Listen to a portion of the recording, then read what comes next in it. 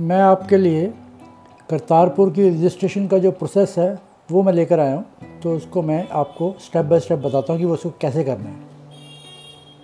सबसे पहले आप टाइप कीजिए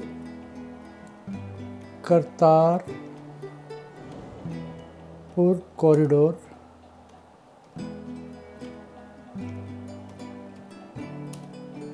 रजिस्ट्रेशन। इतना ही करेंगे ना तो ये निकल आएगी। इस पर आप क्लिक कर दीजिए, अब ये साइट निकल आई। तो ये जो प्रकाश पूर्व 550 मिनिस्ट्री ऑफ होम अफेयर्स की जो साइट है, इसको आप क्लिक मारिए। इस तरह से साइट निकल जाएगी। हमारे प्रधानमंत्री जी की फ़ोटो निकलेगी ऊपर, और अमित शाह जी की जो होम मिनिस्टर है उनकी फ़ोटो आ जाएगी। तो जी अब हमारा जो नेक्स्ट स्टेप है वो हमने ज़रा करना है अप्लाई ऑनलाइन पे। तो ये कहते हैं कि इसमें दो ऑप्शन है कि इंडियन पासपोर्ट होल्डर और OCI कार्ड होल्डर। तो आप इंडियन पासपोर्ट होल्डर हैं तो इस पर क्लिक मारिए, और फिर ये बोल रहे हैं कि डेट ऑफ जर्नी कौन सी करनी है। तो आप 1 महीने तक की कोई भी डेट चूज़ कीजिए। जैसे ये अभी अगस्त चल रहा है, तो आप अगले महीने की 29 तारीख मान लीजिए। 29 तारीख का ये लॉट अभी है, अवेलेबल है। कंटिन्यू कर दीजिए इसको। अब ये आपके डिटेल मांगेगा कि आपका पासपोर्ट कौन सा है, ऑर्डिनरी है या डिप्लोमेटिक है, फिर पासपोर्ट नंबर यहाँ पर, फिर इसका इशू डेट, ये सब, फिर प्लेस ऑफ इशू, फिर ऐसे ही आपका नाम। तो इस तरह से सारी डिटेल मांगेगा। फिर आप ये कैप्चा डाल के फिर आगे करेंगे। तो ये प्रोसेस है, मतलब बहुत इजी है, कोई ज़्यादा मुश्किल नहीं। इसके बाद एड्रेस मांगेगा। इसके बाद आपकी ऊपर कोई क्रिमिनल रिकॉर्ड है, वो कोई ऐसा रिकॉर्ड तो नहीं है आपका, तो वो भी मांगेगा। तो उसके बाद फिर ये आपका जो ETA की जो रजिस्ट्रेशन है वो सक्सेसफुली आपकी हो जाएगी, और उसका एक मैसेज लिखा आएगा और आपको एक रेफरेंस नंबर दे दिया जाएगा, रजिस्ट्रेशन नंबर। तो रजिस्ट्रेशन नंबर मिलने के बाद आपको 4 दिन पहले जो मैसेज आएगा वो मैं बताता हूँ। और जब आपका रजिस्ट्रेशन पूरा हो जाएगा तो आपको वो बोलेंगे यहाँ पे जाके आपने क्लिक मारना है। तो यहाँ पे आपका रजिस्ट्रेशन नंबर आपने डालना है, और ये जो कैप्चा है ये डालना है, और पासपोर्ट नंबर डालना है, और यहाँ पे सबमिट करेंगे तो आपका रजिस्ट्रेशन जो स्लिप है वो डाउनलोड हो जाएगी।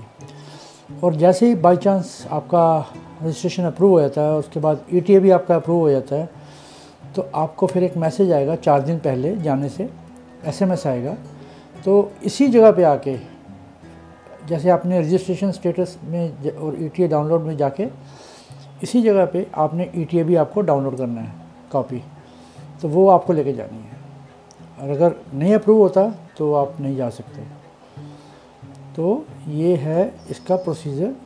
तो मैं अभी जो इसमें और चीज़ें हैं वो भी मैं आपको दिखा देता हूँ कि इसमें जनरल इंस्ट्रक्शंस फॉर पिलग्रिम्स क्या क्या हैं। ये हैं जी कि कोई भी यात्री जो करतारपुर साहिब नरवल जो पाकिस्तान में है, वो रजिस्टर एडवांस में रजिस्टर कर सकता है, और उसको अपनी एडवांस में अपनी डेट बतानी होगी कि उसने किस दिन जाना है।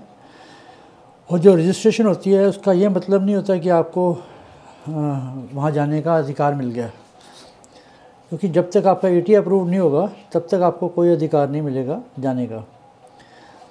तो और ETA अप्रूवल से पहले आपकी पुलिस वेरिफिकेशन होती है लोकल थाने से, वो करते हैं। तो फिर ये प्रोसेस आगे फॉरवर्ड होता है।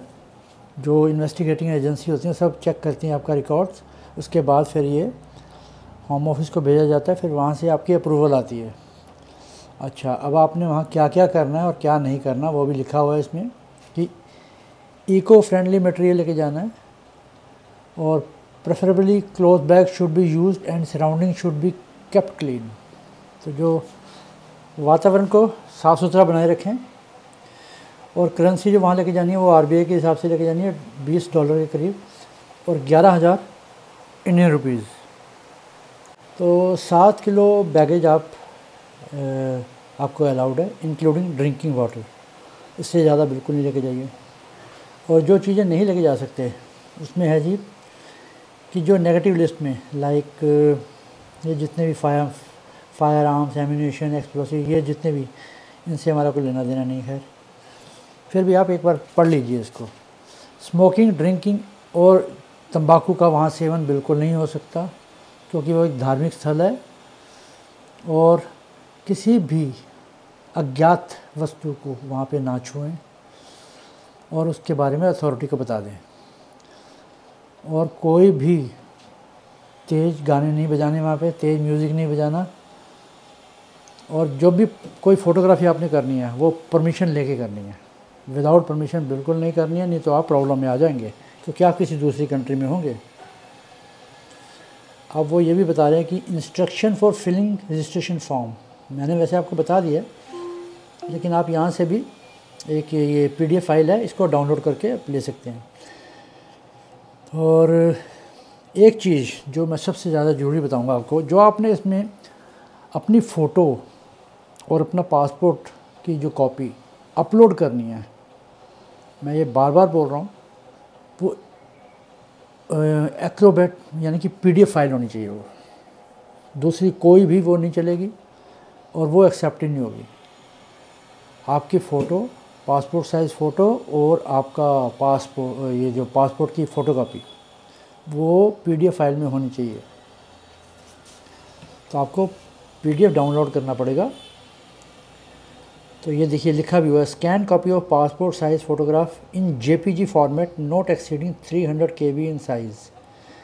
Scan copy of passport containing photo and personal particulars and last page containing family details in PDF format only, not exceeding 500 KB in size. तो ये उन्होंने बताया है कि applicant can download blank registration form to go through the information required in online filling the registration form. After successful online registration, take a print out of the registration form, जैसे मैंने आपको बताया था वहीं जाके। अच्छा, और अगर आप सक्सेसफुल आपकी रजिस्ट्रेशन हो जाती है तो you will receive SMS and email after successful registration. और बाकी कोई भी क्वेरी हो तो आप इधर से सपोर्ट करके हेल्पलाइन से ले सकते हैं अपने, ये नंबर है उनके और ये उनकी ईमेल ID है। तो कोई इतना बड़ा वो है नहीं। ये जो साइट है ना, ये जो साइट का जो नाम है ये वाला, ये मैं डिस्क्रिप्शन बॉक्स में डाल दूँगा, आप उसमें देख लीजिए जाके।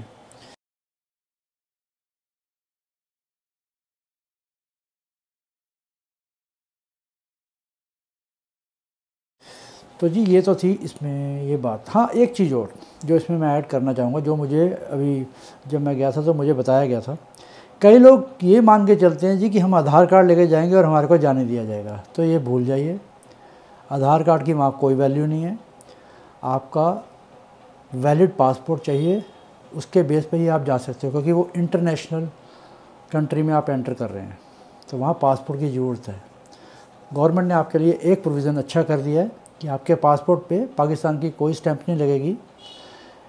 आपको इसलिए एक अलग से पेपर दे दिया गया है जिसको बोलते हैं कि ETA। तो वो पेपर आपको कैरी करना है और वही पेपर जाते वक्त आपके उस पर स्टैंप लगेगी और आते वक्त आपको इमिग्रेशन ऑफिसर को वापस दे देना है और आपका passport as it is blank का ब्लैंक रहेगा। उससे ये होगा कि आपने उस बॉर्डर में गए और आपकी वहाँ पे उनके रिकॉर्ड में आपने लीगली गए, कोई इलीगल नहीं गए। तो ये पासपोर्ट का ये वजूद है। तो ये तो सीधी सारी डिटेल इन्फॉर्मेशन की रजिस्ट्रेशन प्रोसेस कैसे होता है। अब मैं आपके लिए लेकर आऊँगा कि कन्वेंस अमृतसर से डेरा बाबा नानक तक और फिर करतारपुर साहब तक कैसे जाया जाए, वो मैं साथ में अभी बताता हूँ आपको। अमृतसर से डेरा बाबा नानक तक जाने के लिए 3 ऑप्शन हैं। मेरे हिसाब से train is the best option. आप इसे पूरे ध्यान से पढ़िए, इसमें ट्रेन का टाइम टेबल भी है, सब कुछ है। ये ऑप्शन आपकी है, ये चॉइस आपकी, आपने कैसे जाना है।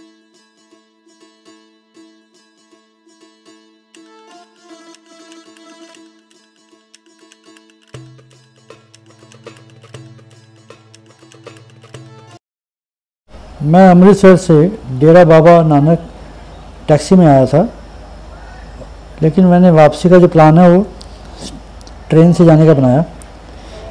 एक्चुअली मेरा जो जन्म है वो पंजाब के गांव कैरों के पास लोका नाम एक जगह है, वहाँ हुआ था, और अपना जो 12 साल तक का बचपन है वो गांव में गुजरा है।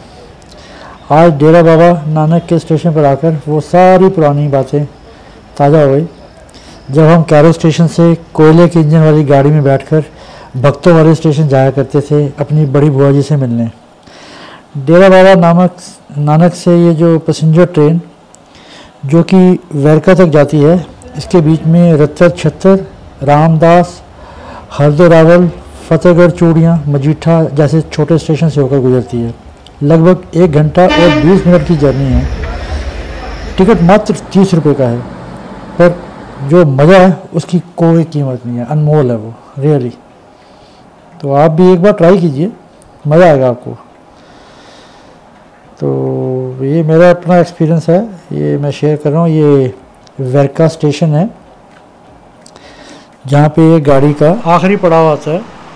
मैंने सारी इन्फॉर्मेशन रिगार्डिंग कि आप यहाँ कैसे आएँ और किस कन्वीनियंस में आएँ वो सब बता दिया है। एक्चुअली ये वीडियो बनाते बनाते काफ़ी लंबा हो गया, इसलिए मैंने सोचा है कि अगले पार्ट में आपको बताऊंगा कि करतारपुर साहिब जाने के लिए क्या क्या प्रोसीजर है और डेरा बाबा नानक में आप कहाँ पर रात गुजारें या कहाँ ठहरें।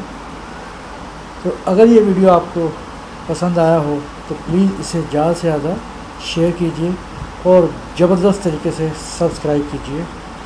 Thank you for watching and keep watching.